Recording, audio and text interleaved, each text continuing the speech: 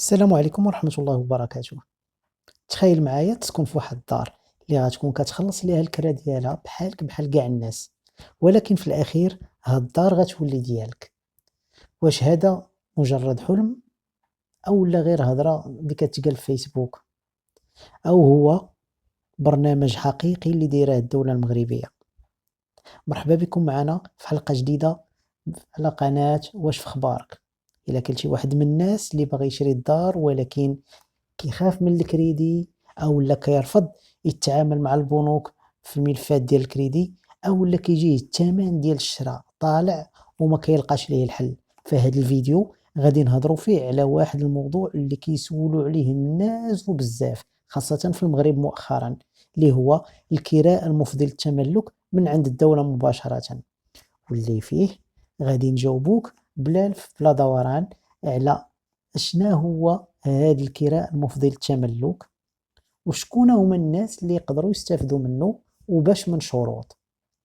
فين نقدروا نلقاو هاد الكراء المفضي للتملك، واش فعلا هو فرصة أولا مجرد فخ قانوني؟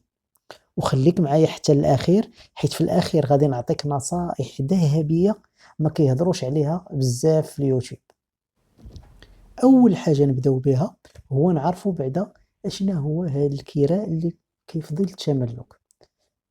فالكراء المفضي للتملك أولا بحال كما كيتسنى في القانون الإيجار مع الوعد بالبيع، هو ببساطة وبالدارجة أنك كتدخل كتسكن في واحد الدار. هاد الدار كتكون كتخلص ليها الكراء الشهري ديالها، ولكن هاد الكرا ما كيمشيش غير في الهواء بحال الكراء العادي، لأن جزء منه كيتحسب من الثمن ديال الشراء النهائي.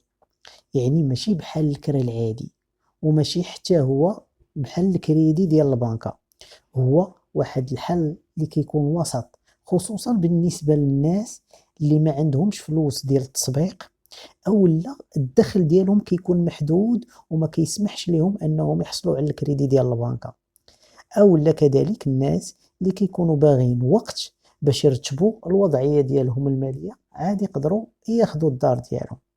هنا الدولة المغربية دخلات على الخط ووضعت هاد النوع من البرامج باش تعاون الناس اللي كيكونوا كينتميو للطبقة المتوسطة، والناس كذلك اللي كيكونوا محدودي الدخل. المحور الثاني من هذا الفيديو غنخصوه للدور ديال الدولة في هذا البرنامج، وهنا راه خصنا نكونوا واضحين بزاف.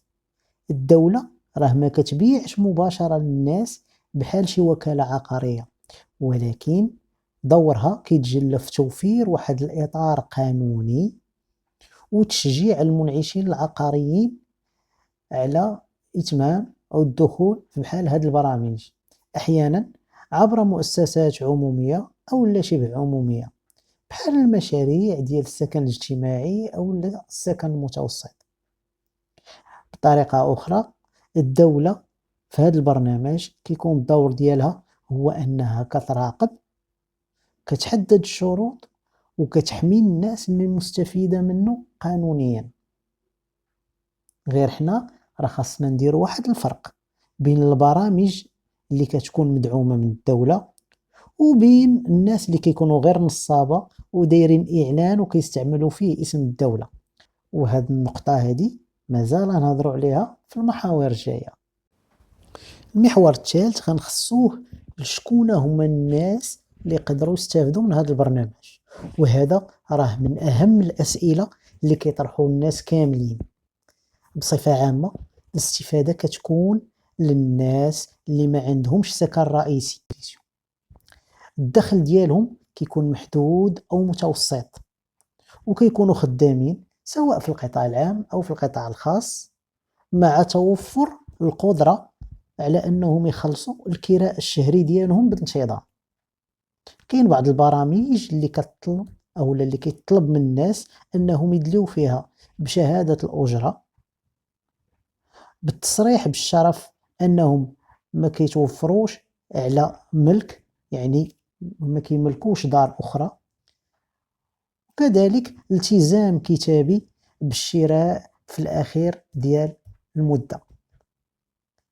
وهنا راه خاصنا نحظيو مع واحد النقطة مهمة جدا، اللي هي أنه راه إلا ما التزمش الشخص بالأداء ديال الدفعات الشهرية ديالو اللي هو سميناه الكراء الشهري، أو لا خرج من الدار قبل ما تكمل المدة اللي متفق عليها في العقد الأساسي، فهنا راه ممكن أنه تضيع عليه الحقوق ديالو وما يستافدش من هذا البرنامج.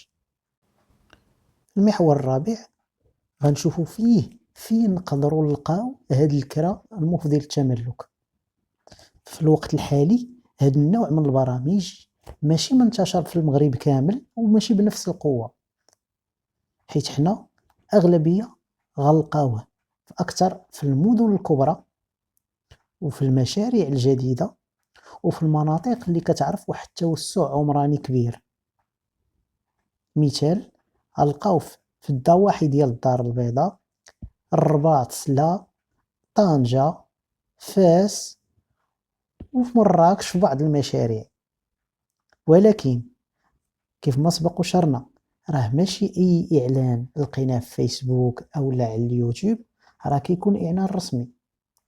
باش تهني راسك دائما خاصك تمشي وتشوف العقد وتسول على التراخيص القانونية وتتأكد من الإطار القانوني اللي كيقدموا ليك البروموتور ديال هذا المشروع. المحور الموالي غنخصصوه للمزايا والعيوب ديال هذا البرنامج. فبحالو بحال أي برنامج سكني فأكيد أنه كيكون عنده واحد المزايا وواحد العيوب. فمن بين المزايا ديالو أنك ما كتكونش محتاج فيه لتسويق كبير، كذلك ما كتكون مجبر أنك تاخد كريدي من البنك، بالإضافة لأنك كتقدر أنك تسكن في ديك لابارتمون أو الدار من دابا وكتصبح في الملكية ديالك من بعد. وهذا الشيء كيخليك أنه تكون عندك وقت أكثر باش ترتب الأمور المالية ديالك. لكن من العيوب ديالو أنه ملي كتجي تحسب في الأخير فالثمن اللي كتكون أديتي يعني الثمن النهائي كيكون أحيانا أغلى من أنك إلا خلصتيه أو لا خديتيه دقة واحدة. كذلك من العيوب ديالو أنه كتكون مجبر أنه يكون عندك واحد الالتزام طويل الأمد على طول المدة ديال العقد، وراه أي خطأ قانوني يقدر يتسبب ليك في الضياع ديال الحق ديالك من الاستفادة من هذا البرنامج. وراه ماشي أي مشروع مطروح راه كيكون مضمون من طرف الدولة، يعني أن هذا البرنامج هو كيشكل فرصة حقيقية للفئة المستهدفة به، يعني الفئة ذات الدخل المتوسط والفئة محدودة الدخل، ولكن راه ماشي للجميع وخاصها الناس تعامل معاه بوعي وبحذر. ودابا غنكون وصلنا للمحور السادس والأخير من الفيديو ديالنا، واللي فيه غنشوفو كيفاش نحميو راسنا باش ما نطيحوش او لا ما نتعرضوش للعمليه ديال النصب. هنا غنعطيك واحد العدد ديال القواعد اللي غنبغيك ديرها في بالك وتكتبها عندك باش ما تنساهاش. اول حاجه وياك توقع على شي عقد او لا شي كونطرا الا من بعد ما تكون قريتيها مع محامي، يعني تكون درتي استشاره قانونيه عند محامي باش تكون عارف راسك علاش سينيتي قبل ما تلتزم. القاعدة الثانية تأكد من الوثائق المتعلقة بهذا السكن، يعني الرسم العقاري ديال لابارتمون، الرخصة ديال السكن، والهوية ديال المنعش العقاري، لأن هذه الوثائق هذه كتشكل وثائق أساسية متعلقة بالسكن اللي باغي تاخد. والقاعدة الأخيرة عندك تيق دوك الجمل اللي كنستعملوا في الماركتينغ ديال عرض محدود اليوم فقط، وراه الدولة كتضمن كل شيء وكتضمن جميع المشاريع. الدولة كتراقب ولكن راه ما كتضمنش النصابين.